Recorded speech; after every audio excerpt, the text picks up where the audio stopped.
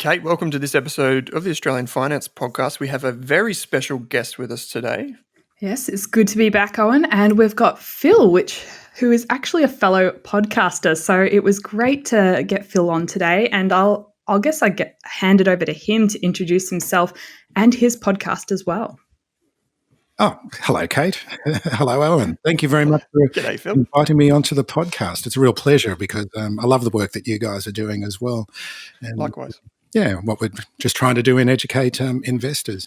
Well, I've got the podcast Shares for Beginners. I've actually got about 5 podcasts now, but we'll just concentrate on the one. It's a few. Yeah. And I started the podcast February last year.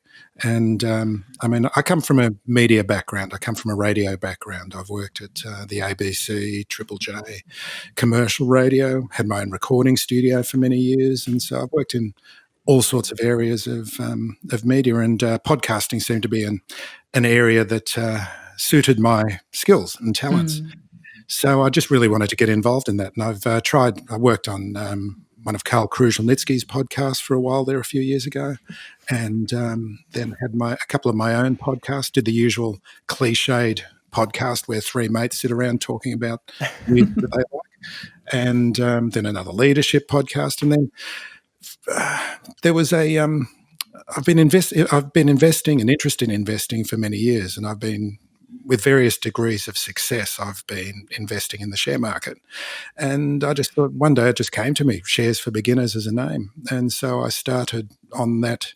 I hate the word journey, but it has been a journey. It has been a journey. Yeah, I often refer to it as a journey myself. It's kind of this thing that you just get fully absorbed in for a while, and it just keeps going. And the more you learn, the more you realize there's no end in sight.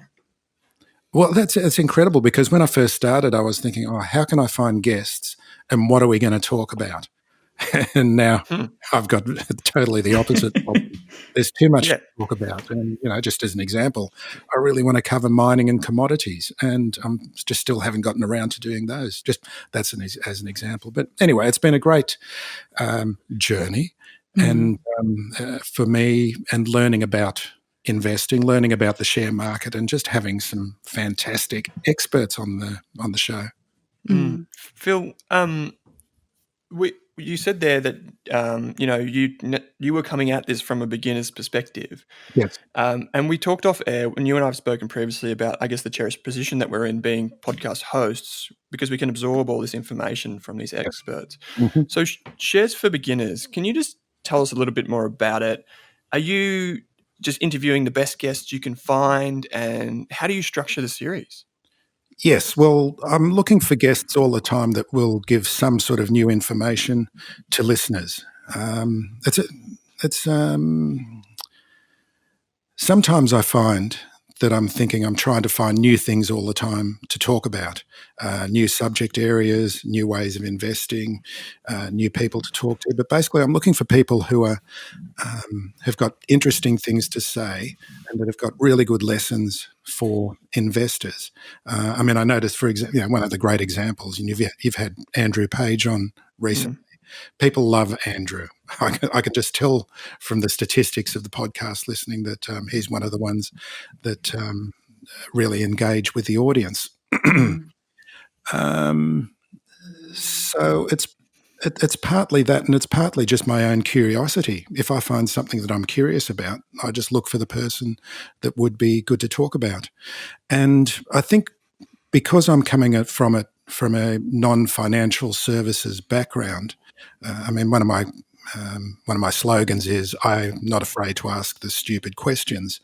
And I think a lot of listeners have that experience where they want to learn about investing and they don't even know what the questions are to ask. And I feel like we're proxies for our listeners, and hopefully asking the questions that they would like to have answered as well, and not it's very easy for some of these financial services people to get bogged down in jargon, especially fundies when they come on. But I seem to have been able to get this great relationship with some of the fundies and get them to talk in such a way that they're simplifying it, like they're talking to their mother. I always say, try and explain it like you're going to explain it to your mother.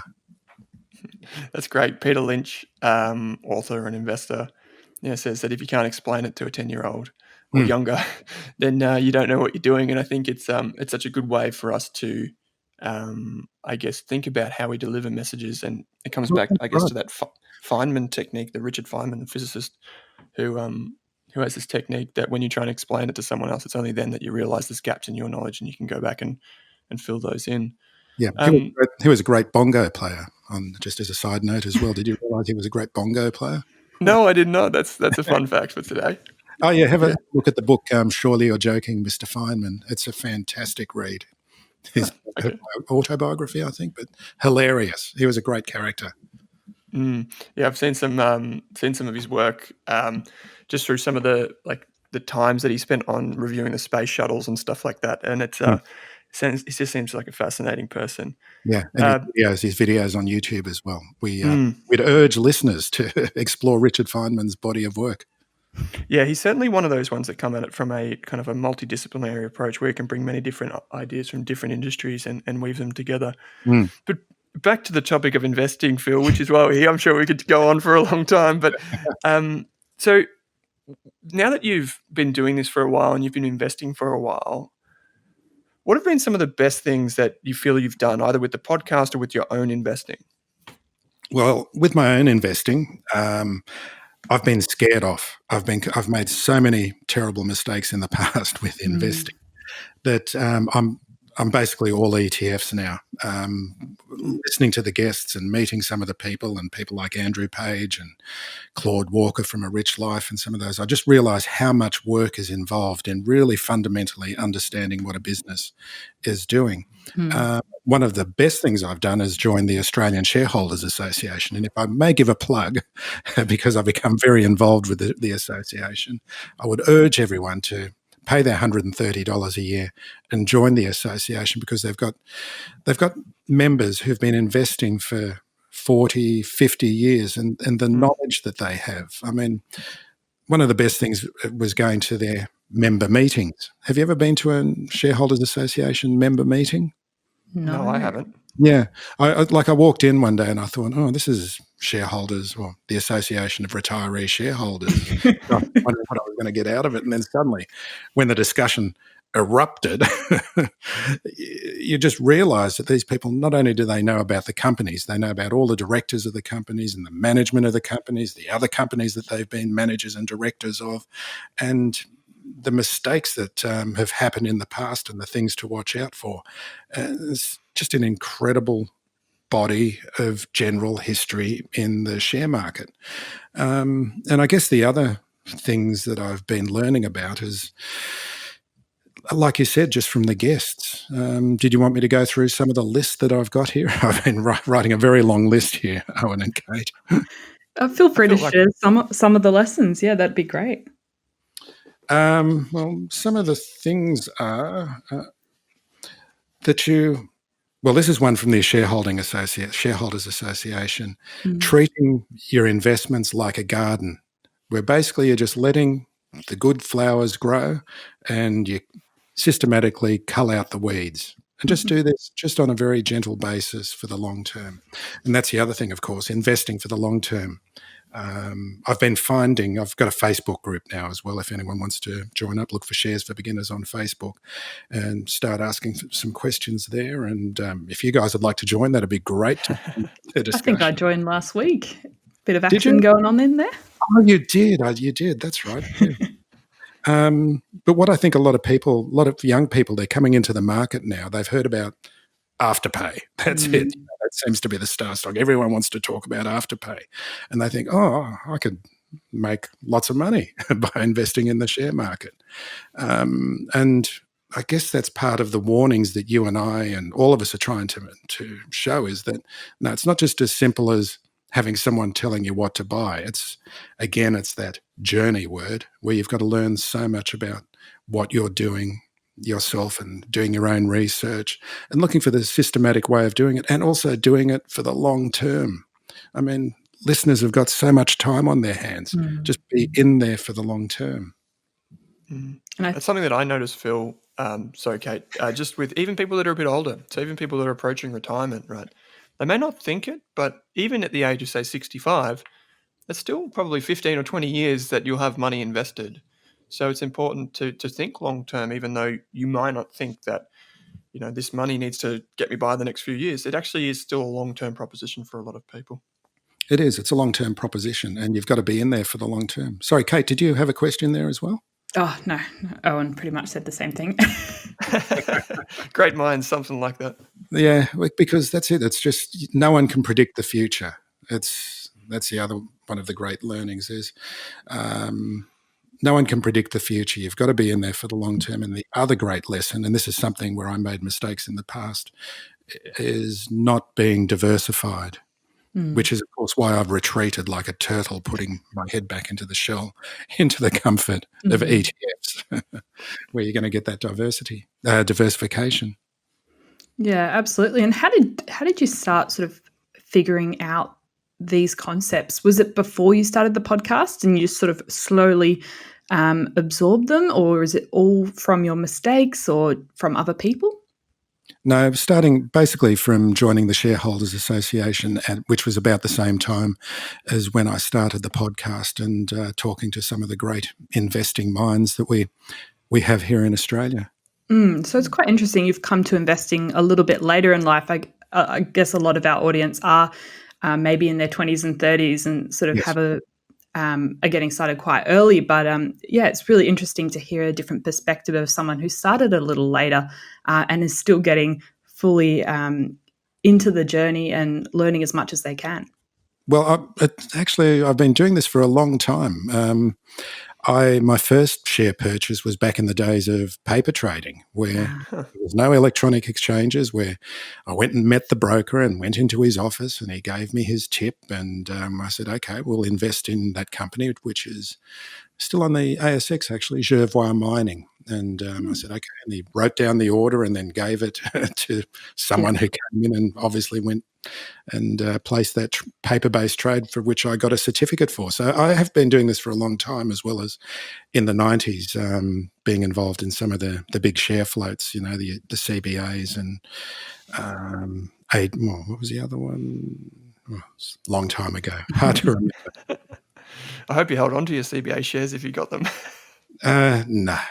Again, another stupid decision. We thought we'd get you on, Phil, and we've kind of already dived into some of them. Because you do have so much experience personally, but now more so interviewing people and just immersing yourself, it sounds like you just jumped in with both feet into kind of accelerating your own knowledge and wisdom on this topic called investing. But we thought what we'd do is maybe go through 3 key lessons or 3 key ideas that we can bring to the listeners. And I figure a really easy way to do this, and we can do this, it'll be quite laid back, is just to maybe just go through some of the lessons. We've got 3 on our list. Kate and I, we put our heads together and came up with 3. But maybe we'll throw it over to you. I think you mentioned diversification, but was there something else on your list? I think it's worthwhile repeating that diversification is the key. And if I can just expand on that point, I think people think that if they've got, if they own shares in a bank and they own shares in a miner and then maybe shares in Woolworths, for example, that's diversification. What I've really come to learn is that the true diversification, and this is where your super money is invested, is asset allocation. And this is something I hadn't really realized until doing the podcast, that there are other asset classes like bonds, for example, and infrastructure and real estate that are available. You can buy them as an ETF, for example, to truly diversify your portfolio. And there's nothing as safe. Sorry, that's not the right way of putting it. That kind of diversification, while it's not going to protect you in any kind of huge market downturn, it is going to give you some more cushioning than just being exposed to shares alone. I think that's a big thing. And because this is a relatively new theme in investing, is using ETFs and using the stock exchange to trade more than just stocks. I think this is a kind of a misnomer. People kind of think, oh, it's the Australian share market, therefore I can only buy shares from Australian, markets on there. But what it really is it's actually an exchange, a place that virtually you can go and you can buy almost anything thanks to these ETFs. And that's a wonderful thing. And we find, Phil, that one of our most popular topics is ETFs and learning about how they work and what they can do for people. But our first lesson, and I'm gonna fire this one off, is one that has I've pieced together over the past 10 years or so, which is this idea that people have to stop trying to time the market. I had one of my bosses from the Motley Fool days. He came onto Twitter the other day. It's quite a rare foray for him, and he said, "Stock market investing isn't until the next market crash; it's for life." And we're taught from a very young age. I guess this conventional wisdom tells us that we need to buy low and sell high. That requires us to try and find the bottom, but also then to make the sell decision, which is two decisions that are very difficult. So I've kind of replaced those four words, buy low, sell high, with one word, and that's accumulate. And I think for the vast majority of Australians, and indeed probably 99% of the people that listen to this, it's not about trying to pick which one at what time, but more so about just accumulating as many of them as you can. And like you said, if you have a garden, put as many flowers in there as you can and get rid of the weeds along the way. And that's kind of a philosophy that I've touched on, but it's really just about stop trying to time the market. That's correct. And my most recent episode was with Graham Hand from First Links, who was great, and he's got this great chart that he shared with us, and it's basically showing the S&P 500 going up and down over the last 20 years, and as it's going up, you can see he's written buy, exclamation mark. And it's going down, it's sell, which is just one of the most basic things about investor psychology. And as you said, it's not about timing the market. It's about being in there, ignoring all that noise, no matter how far the market goes up and down, and just keep on putting in a little bit each week and just leaving it there for 10, 20, 30 years, hopefully. Yeah, and I think that's really interesting. I've been reading Morgan Housel's new book this weekend, The Psychology of Money, and he really pointed out that none of these concepts are new. They've been there since the beginning of time. It's really just comes down to our behavior being successful with our finances and investing, and it's like this amazing soft skill that you don't actually need to have a degree to do well in. It just comes down to learning a few basic concepts and having that behavior and the mindset to be able to stick out the volatility, the roller coaster of the market. So I think that's, pretty much what you're saying as well. It comes down to that behavior and actually being able to focus on the end result over a long period of time, not what's happening in the media right now. That's right. And this is one of the interesting things that I've noticed in doing the podcast is the people that you don't hear on the podcast are the marketing and comms people that are facilitating the podcasts and doing the posting and the social media sharing and so forth. And what you find is that these are people who've come from other industries. They don't have a finance background. They're marketing people, social PR people and so forth. And they come in and they suddenly go, hang on, investing is actually quite easy. And for them, they've learned so much as well. So that's been a really interesting experience, seeing the people in the background of these companies and what they learn about investing as well. It's really it's a huge industry, the financial services industry, and there are so many adjunct roles and career paths that I guess facilitate what we see each day. And I guess it's only when you actually have a role like you do, Phil, or like we do, where you get to see a lot of these people and what I guess service they feel in businesses. Kate, I think you're going to jump over to number 2, our second lesson, which we've talked a bit about already. Yeah, so building on from Phil's point about the importance of diversification, I guess one of the big lessons I've learned in the last few years is that diversification isn't just about having dozens of tiny little investments in different shares and ETFs. Sometimes when you're getting started, you can get really excited and invest in like 5 versions of the same ETF, tracking the same Australian top 200 shares or something like that. Yeah, that's a track with slightly different ones Yes. And I found you can get really excited when getting started with shares and end up with like $500 here and all over the place, especially as you're researching and you're just getting inputs from everyone. So I think that's when it comes down to it, it's not the path to success having dozens of little investments, because even with our friend Warren Buffett, most of his money is only made from a couple of the stocks in his portfolio. He didn't make his wealth from having been so diversified. He made his wealth from just a couple of really good choices. And that's why we say, Kate, that's kind of the thinking that I've come up with, and what we kind of follow at Rask here, is that you can have the best of both worlds, right? You can have the ETFs because they're so easy to buy and sell, and they're so relevant to so many people, as Phil said, because they do provide that convenient exposure to different asset classes. But then you can also, if you want to, if you're so inclined, you don't have to, but if you want to, you can invest in individual shares and try to be like Buffett, if you will.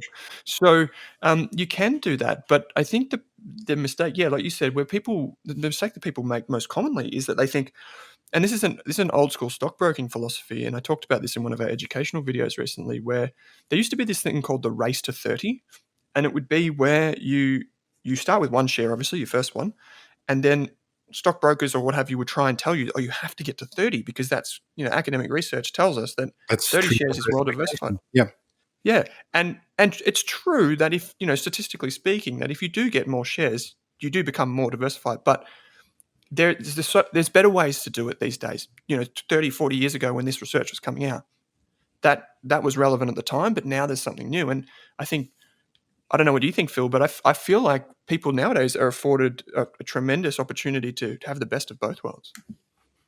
Definitely, I think that, and it's. I think the approach, and this is something that I am doing, because even though I'm mainly in ETFs, I'm starting to have a look at individual shares to buy into for the long term, and this comes to the next lesson that I've learned, and well, there's two parts to this lesson. One is I got from Claude Walker from A Rich Life, who said, "Match your risk to your experience," and that's such a valuable lesson. So when I'm looking at individual shares now, the bulk of my portfolio is in ETFs.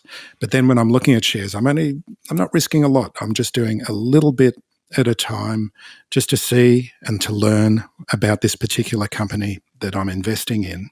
And the other point of that, and this is something that I can't remember who said it, but it's the idea of heads I win, tails I don't lose too much, and the importance of being able to, when you see something, when you're weeding the garden, just being strict about getting out of it when you realise it's not going.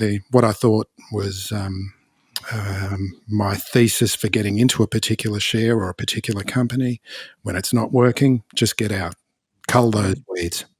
I think that might have been a Charlie Munger quote, or at least maybe a derivation of it. It's a fantastic one because it shows, it kind of reminds you of the asymmetric profile that is share market investing. You're looking for bets where it's 3-2 opportunities. So you're looking for those outsized bets. There is a tremendous book that's just come out. I know Kate has taken a few lessons from it, and we're talking about this and talking about behavior as something that people probably don't focus enough time on, Kate.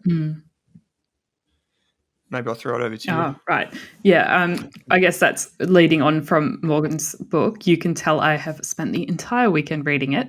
But he talks a lot about how it's more about that behavior. And he has a couple of examples where people have more than enough money, like $100 million, but they don't know when is enough. And they keep taking risk, even when they don't have to. So I thought that was really interesting lesson to think about, because often when we're investing, the goalposts keep moving. If we're doing well, we want to do even better and better.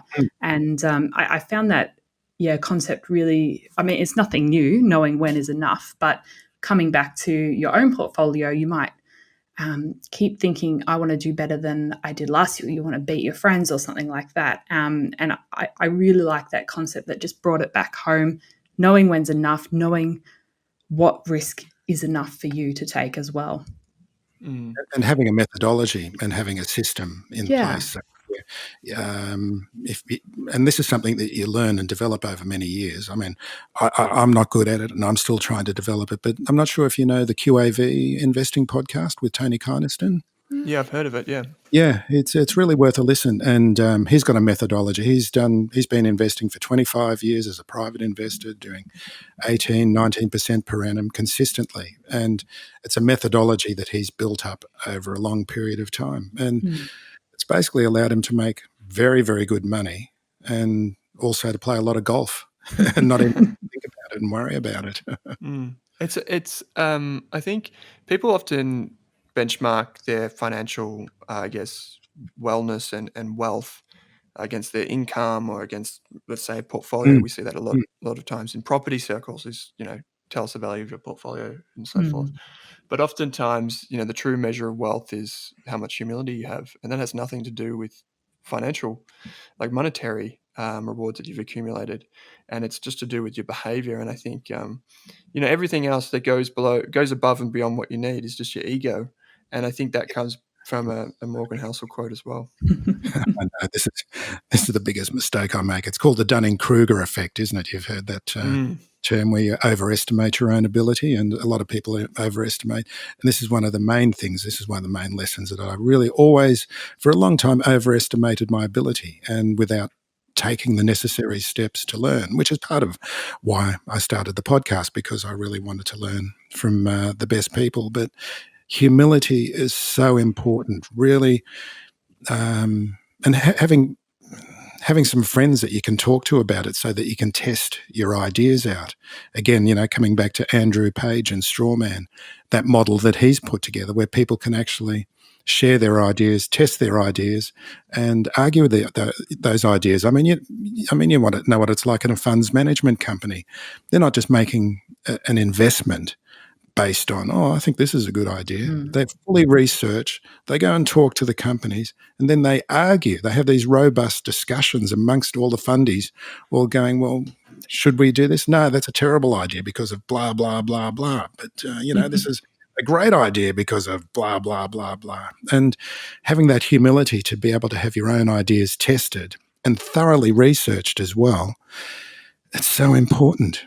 And it's often finding opposing views to your ideas as well. Even when views, exactly, Kate. Even when it comes to ETFs, you might be wanting to invest in something a little bit more niche, but actually looking at someone who doesn't have a positive outlook for that industry and actually going, does my research still hold true? Have I investigated all the other sides and the risks involved? And I think we often on Twitter, you often only see the opinions of the people you follow, and you're usually only following the people that you like or you respect their opinions of. So you often get very siloed in your approach. So you actually have to actively go out and look for different ideas and opposing ideas. And we talk about that a lot when we're talking about financial media and getting two sides of the story. And you actually have to go and look for that.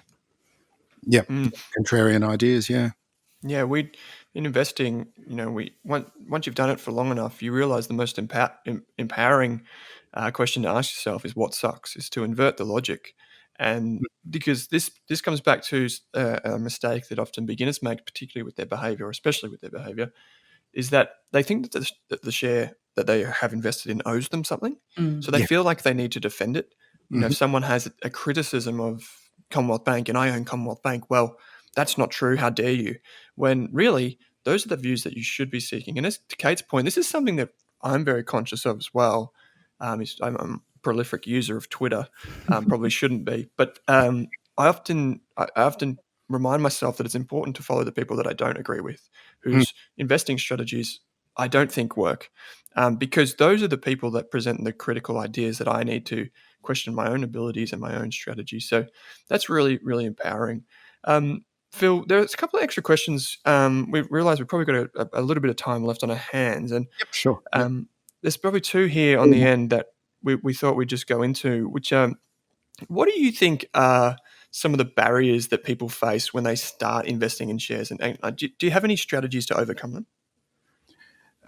Again, this is something that I've learned from a guest, and that's to avoid information overload. It's so easy to get overloaded with information and you just don't know what's going on. And one of my guests, Doug Morris from ShareSite, lovely chap. Oh, yeah. He his thought is that you buy a share or you buy a holding in a particular company. Now, it's a company that you might know, say Woolworths, whatever it is. It's just a company that you know exactly what they do, and that you spend a lot of time researching everything you can about that company once you've bought it. It's very important to have money in it as well, because it's not real unless it's your own money. Then to read the annual reports, to read the half-yearly reports, and go to the annual general meeting. It's so easy now with virtual annual general meetings. Ask questions and find out everything you can about that particular company. I think that's a really nice, very good lesson, and I've heard that from a couple of other guests as well, because that is going to give you more lessons than any other way, and will help you to cut through the noise and all the information overload. And I think part of that as well, part of avoiding the information overload, is not listening to analysts too much, because financial analysis is not what it used to be. It's more of a PR game these days than serious critiquing of a particular company and its business. I don't know if you have any other thoughts on how to get started as well. Yeah, I would just jumping onto your critique. I would also say I'd probably lump economists in with that one too. I find that they get paid a lot to stand in front of a camera and have an opinion on something, but oftentimes we think about what's the definition of an economist. Well, that's it. Yeah, exactly. Someone who's good with figures but hasn't got the personality to be an accountant. Well, you said it. I didn't. But I often think that people think about what's going on with the recession's coming, the coronavirus. What does that mean for the stock market? And politics. How does that influence the economy? And I just think that you're asking the wrong questions. Someone has to fill that gap, so that's why they do it. But you're right. There's definitely PR there. There's one more question I think Kate wanted to ask. Yeah, absolutely. So, Phil, based off your experiences and the interviews you've done, do you think there's an element of luck involved with successful share investing? So, yes, no, or to what extent? That's a really hard question. Yeah. I've gone, having had bad luck, being born under a bad sign and having a lot of bad luck in investing, I think that luck has a lot to do with it. But I think that you make your own luck. But then, a mate of mine last week, he just said, I've bought some shares in this particular company. And I said, why? Because they've just signed a deal with Telstra. They're a lithium company. And they've just done a deal with, not Telstra, sorry, Tesla. Oh, yeah. And I thought, okay, shouldn't you be studying this? Have you looked at the price action? Have you looked at the charts? Have you looked at any research on the company? No, I'm just, it's a punt. And it's gone really well. It's nearly doubled in a week. So, luck is what it is. Some people, other people don't. I got a Carl Icahn, who's this hedge fund manager, definitely knows what he's doing. I got a quote of his printed on a hooded sweatshirt that I bought the other day, and it said, "Don't confuse luck with skill, especially when judging oneself." I think that's the important lesson, isn't it? Yeah. And that's the thing, right? Because your friend in this context, he might now think that his methodology, to your point earlier on, and how this all feeds back, he might think that that's the right way to invest in the stock market, right? And maybe that he parlays those winnings, if you like, to use a gambling analogy, those winnings into the next thing that he rolls the dice on. And I just don't, that we see this come horribly crashing down on occasion. So many good principles in here, Phil, that we've touched on that, if people just tuned in for the last 30 minutes to this conversation, and maybe they need to replay it once or twice, I think that's just, there's so tremendous, such the profound how many ideas are in this 30-minute conversation, and we can't do justice to them all. So you have a podcast series called Shares for Beginners for people that want to listen to it. And you've got a website, sharesforbeginners.com. If I'm not mistaken. Yep. Is there anywhere else? Are you on social media? You mentioned you have a group. Yeah, Facebook at Shares for Beginners on Facebook, the group and the page there. And on Twitter, you can follow me at Phil_Muscatello as well, though. I just really do more posting about episodes and when they come out rather than getting involved in too much of the Twitterverse. Yeah. It can be a bit vicious at times. Oh, But we'll put links in all the show notes. The financial services side of Twitter is remarkably polite, I find. Oh, well, maybe I'm in the wrong forums, but wrong threads. I often find it. Someone said to me, this is an interesting point, Phil. Someone said to me the other day, and he's a really good analyst. He said, I think I learned more from who I follow on Twitter than I did in my master's degree in finance.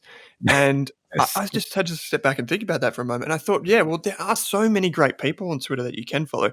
I guess you just need to be careful who you follow. Okay, maybe I'm not following you. I thought I was following you, but I obviously must. I'm sure Owen will put himself into the great people category. No, I don't know about that. Phil, thanks for taking some time out today. I think our listeners will think this Phil guy sounds pretty switched on. He doesn't say he's an expert, but he definitely sounds like it. And the way you deliver messages is first rate. So thank you. Phil, And really enjoy what you guys are doing as well. Thank you very much. No, we appreciate your time today, mate. Kate, as always, thanks for joining me. Thanks, Owen. Thank you, Kate. Thank you, Owen. It's been my pleasure.